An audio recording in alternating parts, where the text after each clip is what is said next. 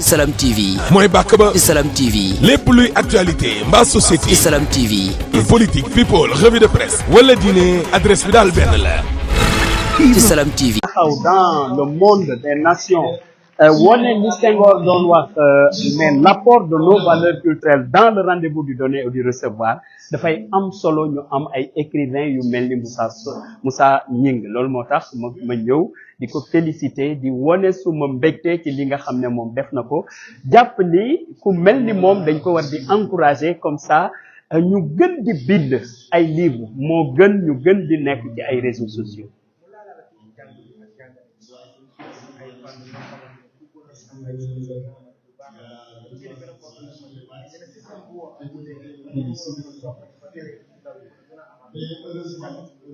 Bon, tout à fait et avec pertinence d'ailleurs parce que li wër te wër mooy ñëpp d'accord nañ ni école sénégalaise école française la il faut lañ ko copier alors que nag mais d'accordoon nañ peut-être ci bu ñuy doon indépendant ñu mën a àbb fenn wante nag wax dëgg nag tollu nañ ci maturité boo xam ne war nañ mën a tëggal suñu bopp suñu école bopp loolu moo tax il faudrait que non seulement école du Sénégal nekk une école du Sénégal à partir des valeurs culturelles du Sénégal comme ça école boobu mën ñu ressembler ba pare mën ñu rassembler bu ñu niroowee boole ñu di ñu wax ci suñuy valeurs culturelles di ñuy wax ci ni ñu war a nekkee di ñuy wax ci ñu war di waxee le savoir-être le savoir-faire mais yooyu yëpp suñu école daf ko war a tëggaat loolu moo tax ma d'accord ci moom ni il faut ñu refonder les programmes scolaires pour les réadapter à nos valeurs afin qu'elles répondent aux préoccupations de développement kon loolu def di loo xam ne tënk na ko ci livre am te ma naw ko ci jàpp ne aussi gouvernement bi mu ngi ci dans cette perspective là parce que li wér te wóor mooy am na benn séminaire boo xam ne déjà organisé nañ ko te ministère de l'éducation ñu ngi avec toutes les familles d'acteurs ñu ngi xoolaat naka la ñuy tabaxaate programme yi pour que sal bi nga xam ne changé ne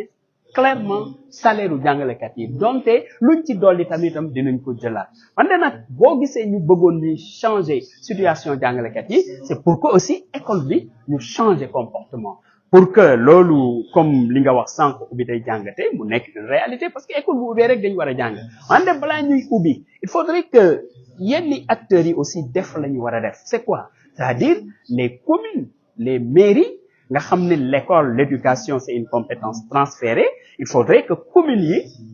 bu nekk école yi nekk ci sa biir commune nga fexee ñu set wecc nga xam ne xale yi bu ñu ñëwee fekk école bu set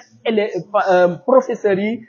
enseignants yi bu ñu ñëwee foofu mën a commencer njàngale bi ne nag ay jàngalekat bu ñu nee ubbi tey ñu xëy ñëw école fekk ay ñaax fekk école bi tilim fekk foo xam ne mënuñu recevoir ay xale xam nga foofu ubbi tey jàng tey mënu fa am loolu moo tax il faudrait que les collectivités locales prennent les dispositions en avant balaa école di ubbi pour que ñu régler question yooyu beneen aspect bi aussi parents il faut ñu préparer seeni doom aussi pour que ñu dem jàngi xam nga école cahier la laaj livre la laaj ak lu nekk donte jamono métti na waaye nag ku am élève war a def le sacrifice jox ko le minimum en attendant que vraiment situation bi gën a stabiliser donc loolu daal je crois que dynamique boobu bu ci ñëpp nekkee rek école bi incha allah dina démarrer normalement si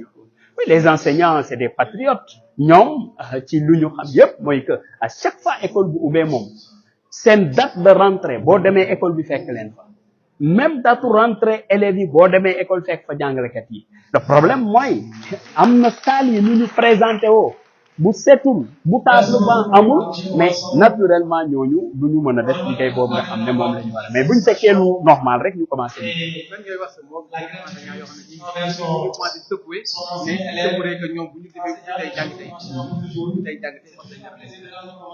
waaw xam nga nag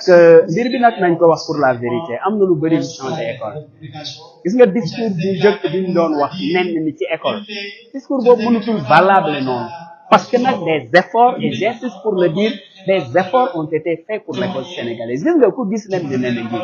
man y'avait pas plus radical syndicalement parlant que moi te ku ma xam-xam loolu wante nag lu baax bu amee da ngay reconnaître lii de lu baax la te am na te amul woon kon effort boobu am te ku ma xam-xam loolu wante nag lu baax bu amee da ngay reconnaître lii de lu baax la te am na te amul woon kon effort boobu état am même effort la ñuy xaar ci yeneen acteurs yi te loolu buñ ko defee ñu fàttaliku defaluñ ko kenn nag suñu bopp lañ ko defal parce que l'école c'est notre école à nous tous avant d'être l'école de qui que ce soit donc effort yooyu daal ñu ngi ciy woo ñëpp ñu góorgóorlu ci pour que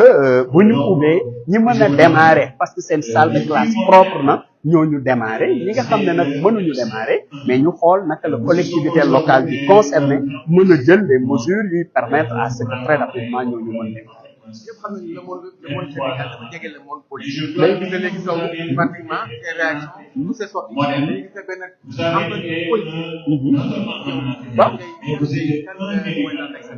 waaw mais écoutez man nekkatuma responsable syndical bi ma nekkee conseiller ministre conseiller à la présidence de la République bi ma paree congrès syndical nga xam ni kenn mënatuma tere engagement politique ci la ma président jël nommé ma conseil spécial président nag nommé wu ma conseil spécial rek pour ma toog sama kër wala ma dem ci ronu laal non dafa ma nommé conseil spécial pour que mu man di participer à la vie politique mettre en exergue les belles et bonnes réalisations du modèle Sénégal tey nag ça aussi je vous le dis et c'est la première fois que je fais cette déclaration j'avais toujours dit que par rapport au prochain candidat par loyauté et par fidélité à son excellence le président Macky Sall je reste à son écoute il a fait son choix sur Amadou Ba le premier ministre Amadou Ba je considère que c'est un choix excellent et par conséquent je suis pour l'élection dès le premier tour du premier ministre Amadou Ba et je travaille à cela loolu moom lu leer voilà inchallah voilà